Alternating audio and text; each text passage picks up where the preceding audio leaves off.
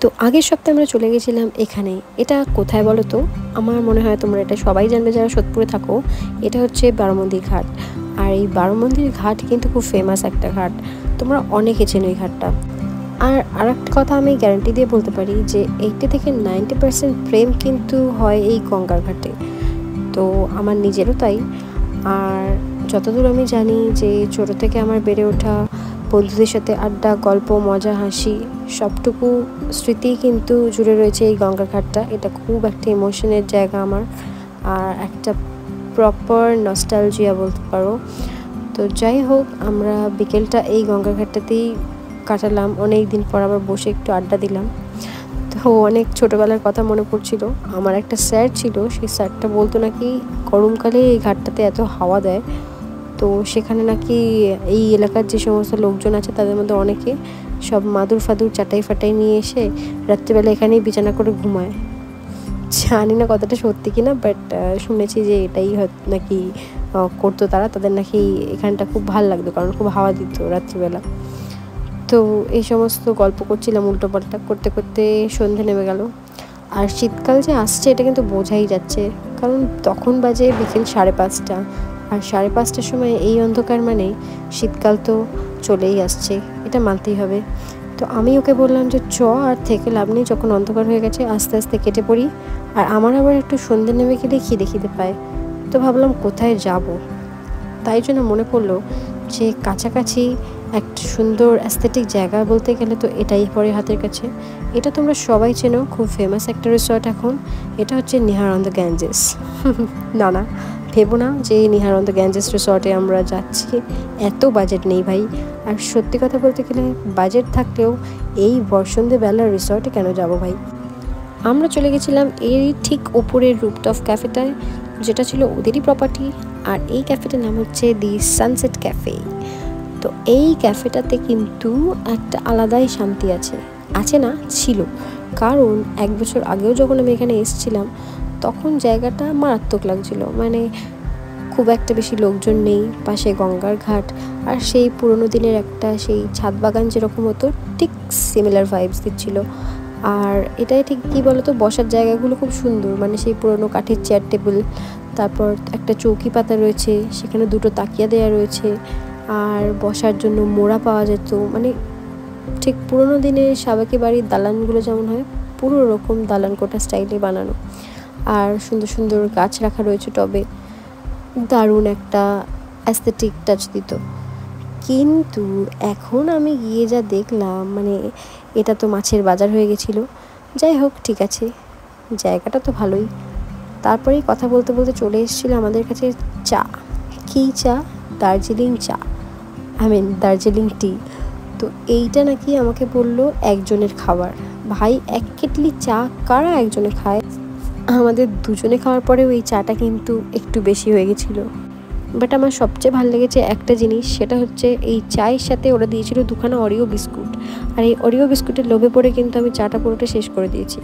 আর সত্যি বলতে আমার খুব ঠান্ডাও লেগেছে, তার জন্য একটু গরম গরম চা খেতে বেশ ভালোই লাগছিল। তো এইখানে আমি আসলে চেষ্টা করছিলাম একটু চিনি দিয়ে চাটা ভালো করে গোলার, মানে যাতে আমি কাজ করতে পারি কিনা চেক করছিলাম। আন্ডার এস্টিমেট করো না, কাজ আমি মোটামুটি ভালোই করতে পারি, কিন্তু কোনো কাজটাই একদম গুছিয়ে করতে পারি না। তো সেই জন্য আমি এখানে শিখছিলাম। আর আমার কাজে খুদ ধরার জন্য একজন তো পার্মানেন্টলি রয়েছে, সেটা আর কেউ না, গৌরব। ও কন্টিনিউয়াসলি বলে যাচ্ছিল এইভাবে কে চা গোলায়, এইভাবে কে চিনি দেয়, আরে বাবা শিখতে দে। সবসময় নিজেরই প্রিন্সেস ট্রিটমেন্ট নিতে ইচ্ছা করে না, মনে হয় কখনো কখনো বয়ফ্রেন্ডকেও একটু প্রিন্সেস ট্রিটমেন্ট দেওয়া উচিত। তাই জন্যই আর কি এই সমস্ত ছোটোখাটো চেষ্টা। তারপরে আমি সুন্দর করে চাটা গুলিয়ে ওকে সার্ভ করলাম। আর এরপর শুরু হলো আমাদের চা হাতে নিয়ে গসিপ মানে শুধু লোকের গল্প নয়, আমরা নিজেরাও নিজেদেরকে ট্রোল করতে ছাড়ি না। তো যখনও সুযোগ পাচ্ছিল আমার সমস্ত পুরনো কথা, আমি কীরকমভাবে সাজতাম, কী করতাম, এই সমস্ত টেনে নিয়ে আমার পিছনে লাগছিলো। আর আমিও সেম, ও কীরকমভাবে সাইকেল চালাতো, কী করতো না করতো, এইসব টুকটাক কথা নিয়ে ওর পিছনে লাগছিলাম। এরপরেই ঠিক চলে এলো চিকেন নাগেটস। আর এই চিকেন নাগেটস কিন্তু আমি খুব ভালো খাই, কিন্তু এইরকম একটা ওয়েদারে অক্টোবরের মাঝখানে এরকম একটা সন্ধেবেলায় যখন শীত পড়ো আর এরকম একটা সুন্দর বনেদি ছাদ বাগানের ভাইব এনজয় করতে করতে এই চিকেন নাগেটস খাওয়া কিন্তু দারুণ ব্যাপার। মানে এইটা জাস্ট কোনো তুলনা হবে না কোনো কিছুর সাথে। তো আমিও সসে ডুবিয়ে মুখে পুরেই দিলাম চিকেন নাগেটসটা। এইখানে একটু আমি ঢং করেই খাচ্ছিলাম, মানে আসলে যেরকমভাবে হাঙরের মতো খাই ওরকমভাবে খাচ্ছিলাম না।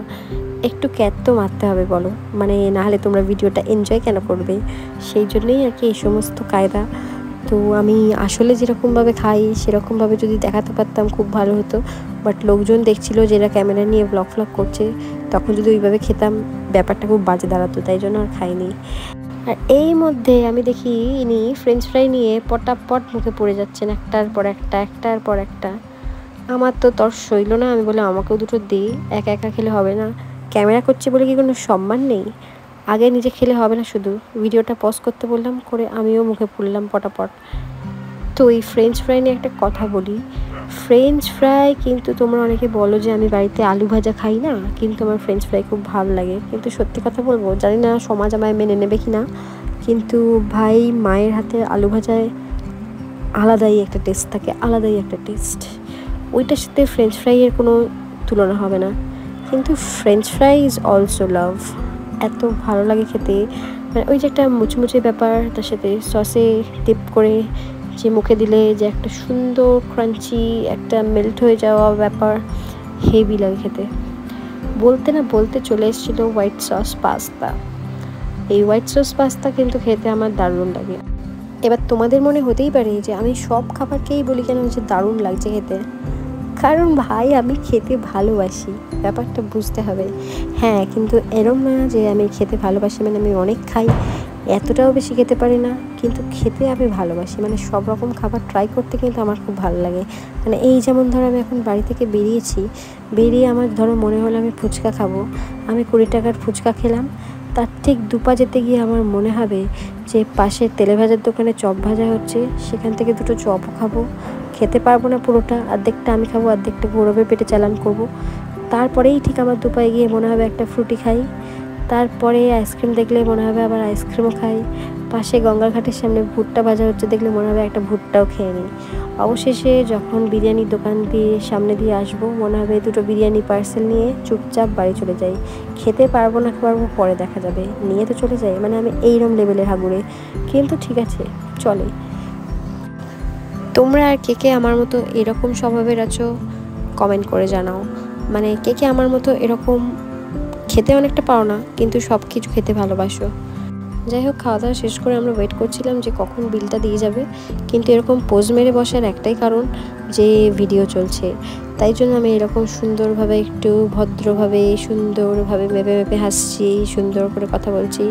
কিন্তু আমরা বলছিলাম যেই কথাটা সেটা ছিল ঠিক এটাই, যে লিকার চা খাইয়ে 110 টাকা নিয়ে নিল, মানে বললো দার্জিলিংয়ের চা, কিন্তু ঠিক আছে, এর থেকে তো দোকানের দুধ চা আমি খুব ভালো এনজয় করি, এটাও এনজয় করেছি, মিথ্যে কথা বলবো না, কিন্তু লিকার চা খাইয়ে 110 টাকা, ব্যাপারটা কিন্তু ভালোই। এই সমস্ত ট্যাবলামি মেরে তারপর ভাবলাম এবার আমাদের বাড়ি যাওয়া উচিত, কারণ সেই 6টা থেকে গেছি আর 9টা অবধি নির্লজ্জের মতো বসে গল্প করেছি, তাই ভাবলাম যে এখনও যদি না বেরোই তাহলে ব্যাপারটা খুব বাজে দেখায় আর বাড়িতে বকুনিও খেতে হবে, তাই জন্য কেটে পড়লাম। তা যদি তোমাদেরও মনে হয় যে এরকম একটা ক্যাফেতে ছুটির দিনে বা উইকেন্ডে বন্ধুদের সাথে বা নিজেদের কোনো কাছের মানুষের সাথে এসে আড্ডা দেবে বা সময় কাটাবে অনেকটা, তার এই ক্যাফেটাতে চলে আসতেই পারো। এটা সোদপুরে রয়েছে, খুব ভালো একটা ক্যাফে। আর ভিডিওটা ভালো লাগলে লাইক করো, কমেন্ট করো আর শেয়ার করো। গল্প গাছা অনেক হইলো, এবার আজকের মতো চললাম, টাটা।